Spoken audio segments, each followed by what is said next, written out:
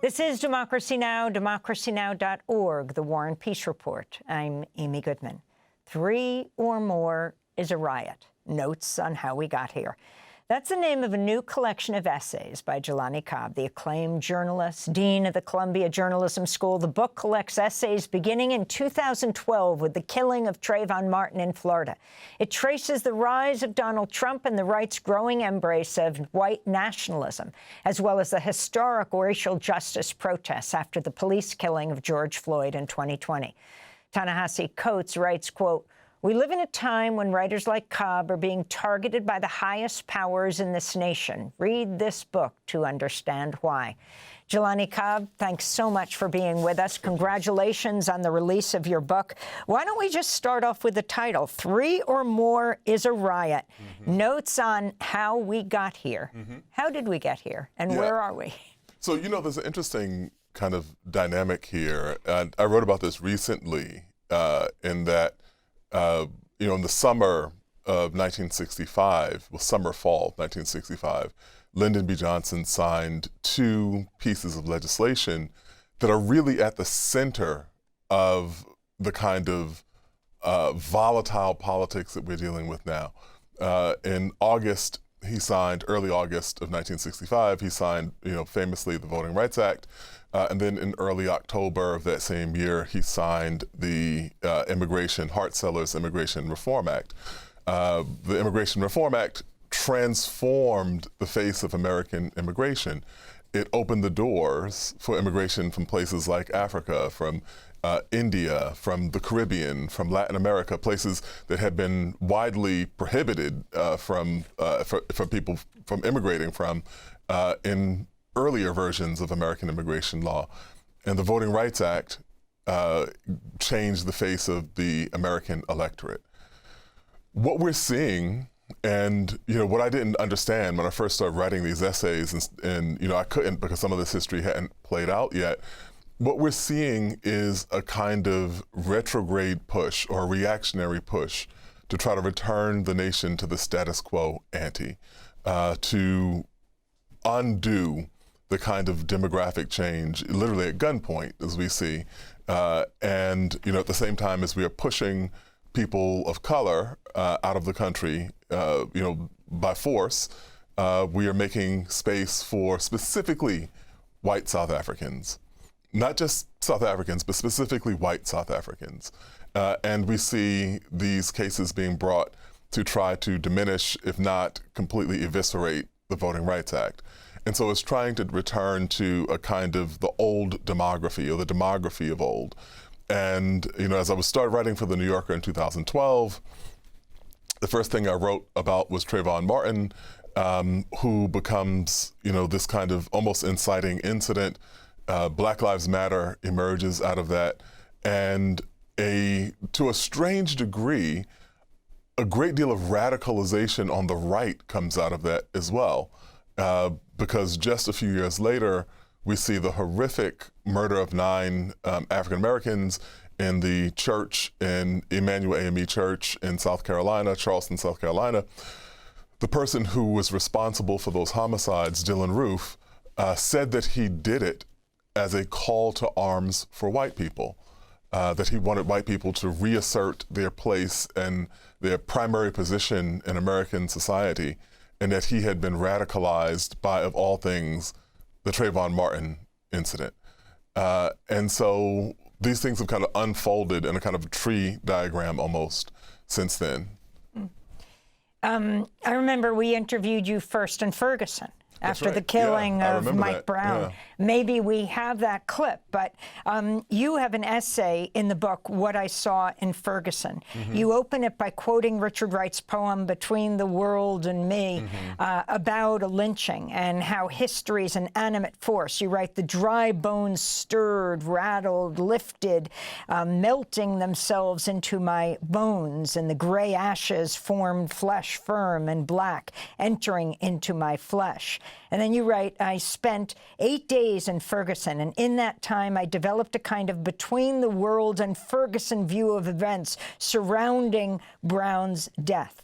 I was once a linebacker-sized 18-year-old too. When I saw then what black people have been required to know is that there are few things more dangerous than the perception that one is a danger. Yeah. Take it from there. Yeah. So what we saw even in Ferguson, which was like another stair step, in this kind of ratcheting intensification of these dynamics, and this is happening in the Obama era, and the Obama DOJ people are seeking, some sort of assistance from the Obama DOJ in these instances, or will this be different? Will the fact that there's a black president mean that this will be handled differently? And at the same time, there is this kind of growing white allergic reaction to these social demonstrations. Now, Michael Brown was killed. His body lay in the street for almost 4 hours on an August day, a kind of blazing hot August afternoon. And there is an entire community traumatized by there being a dead body, a person whom they know, who's laying in the street for hour after hour after hour. And out of that, there was another kind of step that we saw, and that was where kind of Black Lives Matter came into full fruition, and you began to see that movement grow and develop. On the other side of it, we're kind of moving toward the reaction that enables Trumpism, that enables, when he comes down the escalator in Trump Tower in 2015, June of 2015. Coincidentally, he does this, comes down the escalator and announces his candidacy the day before the incident in which the 9 people are killed in Charleston. So those things happen 24 hours apart. Not that there's a causal relationship between these or anything like that, but it's just this common response to this zeitgeist in the belief that somehow white people have been pushed out of their ordained position in American society. There's a great deal of solidarity between the African-American human rights movement and the Palestinian human rights movement, and also the Jewish human rights movement. You are the dean of the prestigious School of Journalism at Columbia University. You were there during the encampments and Columbia calling in the police several times. I'm wondering if you can talk about both situations. One, the journalists, and a number of them from your own school. I mean, journalists were seeing your school as a shelter. You even had a showdown with police, telling them to stop arresting journalists. If you can talk about the students at WKCR, Columbia Spectator, your own students, the graduate students in your school, being attacked by police or arrested by police, and the response of your university, Columbia. I mean, I'll just tell you, I have been doing this for a long time. It's hard for me to believe, but I have been teaching for almost 30 years. I have never been more proud of a group of students than I was of those students who went out and reported. There were students who, and I didn't encourage them to do this. As a matter of fact, I encouraged them to do the opposite. But there were students who were out doing 24-hour shifts, reporting on what was happening, filming, documenting. One student, which was, it was amazing because it was the exact right answer, but someone from the New York Times called me on my cell phone, and I was in the middle of doing a bunch of things, and I'm kind of running around, and they said, can someone give me like just some color about what's going on the campus? And I hand the phone to a student, and I was like, this is someone from the Times, they just want to know what's going on. And the student said, yeah, I have my own story to work on. And I thought that was great. That was the perfect response. But they were really out there pursuing those stories, and in instances, I did have to come out and intervene because there were police officers, NYPD, once they got to the campus, and they were not making any distinctions. They were just kind of arresting people. And I was like, these are students, these are journalists, these are kind of people. At one point, someone threatened to arrest me, and it was just kind of like it's my job as dean to work on behalf of my students. And so on the Columbia side, a lot of that is kind of privileged, but what I'll say is that, our interactions with everyone from the outside community to inside to, the leadership, our kind of marching orders were to defend the freedom of the press and defend the First Amendment and academic freedom and our students' ability to report. That was the students from KCR, who weren't even students at the Graduate School of Journalism, but students from The Spectator, which is the student paper, and the students who were enrolled at Columbia Journalism School. And that was what we articulated to the best of our ability. And overall, as you talk about notes on how we got here, President Trump's attack on universities from Absolutely. Columbia to schools all over the country. So here's a thing. And the connection between DEI and what he calls anti-Semitism? Sure. So on the first thing, one of the things that few people have noticed, or maybe people have noticed, but it hasn't gotten a ton of attention, is that in all of these incursions into the autonomy of these institutions, one of the main things that the administration has demanded is that there's some language about reducing the number of international students on their campuses. And this has been done because very often acceptance into an American university, acceptance into an American graduate school is the first step in someone ultimately becoming a citizen. They may graduate, they'll get sponsored for a work visa, and then a green card, and then become a citizen, or perhaps they marry someone. That's the first step. And they are attempting to foreclose that route. They're attempting to reduce the number of people who are becoming naturalized citizens, and they're using the pressures that they're exerting on American universities in order to do so. And it was convenient, I think, to use these kinds of canards about DEI as a means of, as a wedge issue, to kind of well, are you opposed to anti-Semitism or are you in favor of DEI? As if a person couldn't hold both of those views. And there was no natural reason that you couldn't hold both of those views. But for a moment, this is kind of the rhetoric that we were receiving, the kind of propaganda we were receiving.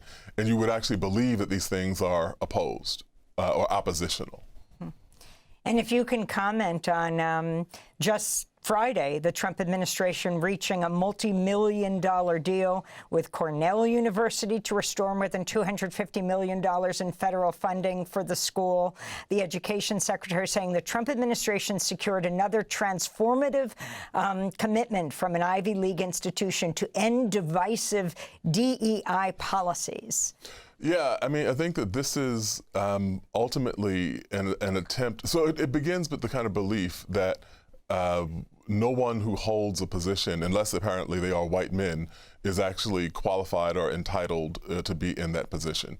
And that DEI, which has been an effort to look beyond the normal parameters of what have been natural, what have become routine parameters, to hire the same people who had been in the same positions from the start of time, virtually, and to say we want our institutions to be inclusive of everyone who can possibly contribute to the institution. That's not a radical idea, but it has been reframed in such a way as a kind of zero-sum game in which white men are being denied the positions that they should rightfully hold. And that's what's at stake here. And you have Columbia, your institution will pay a $200 million settlement over 3 years to the federal government, also agreeing to settle Columbia investigations brought by the U.S. Equal Employment Opportunity Commission. Do you see this as a huge concession? Are you critical of that? See, a lot of that is kind of like privileged because I'm a dean. What I'll say is that I wasn't happy with the situation at all. And what I tended to do was I could exert my energy being kind of internally critical, or I can exert my energy about the fact that we should never have had to make those decisions in the first place. And so, my criticism has been that, this is an unprecedented incursion into the autonomy of an institution of higher education, and it sets a terrible precedent. And so academic freedom, has been infringed upon. The ability of even kind of to the point of making demands about particular, departments and programs at a university. And this is unheard of. This is not something that we've seen before outside of the McCarthy period, which is the closest thing that we've seen when, the great historian Ellen Schrecker has done her work on McCarthyism in higher education. And all of a sudden, we're looking at, these books about the 1950s in American universities and seeing templates for what's happening in the 2020s in American universities. Well, Jelani Cobb, I want to thank you so much for being with us, Dean of the Columbia Journalism School, staff writer at The New Yorker magazine. His new book, Three or More is a Riot, Notes on How We Got Here, 2012 to 2025. I'm Amy Goodman. Thanks for joining us. Thanks for watching Democracy Now! On YouTube. Subscribe to the channel and turn on notifications to make sure you never miss a video. And for more of our audience-supported journalism, go to democracynow.org, where you can download our news app, sign up for our newsletter, subscribe to the daily podcast, and so much more.